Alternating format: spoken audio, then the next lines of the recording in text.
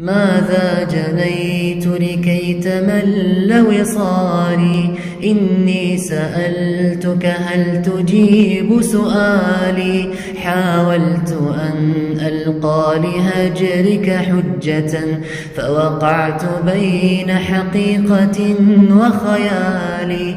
كنت القريب وكنت أنت مقربي، يوم الوفاق وبهجة الإقبال، فغدوت أشبه بالخصيم لخصمه، عجبا إذا لتقلب الأحوال.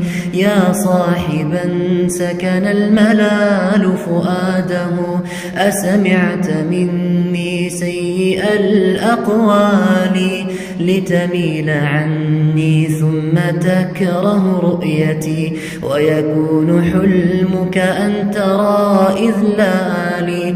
أنا ما طلبتك أن تعود لصحبتي بعد القطيعة أو ترق لحالي، فأنا بغيرك كامل متكمل، وكذاك أنت على أتم كمالي.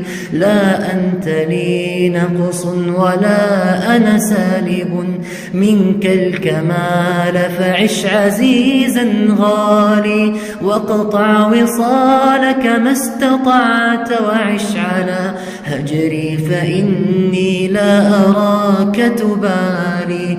هي قصة بدأت بحب صادق، وتنوعت يوما بكل جمال، فقضت ظروف الدهر أن تمضي بها، وبنا لأسوأ منتهى ومآلي.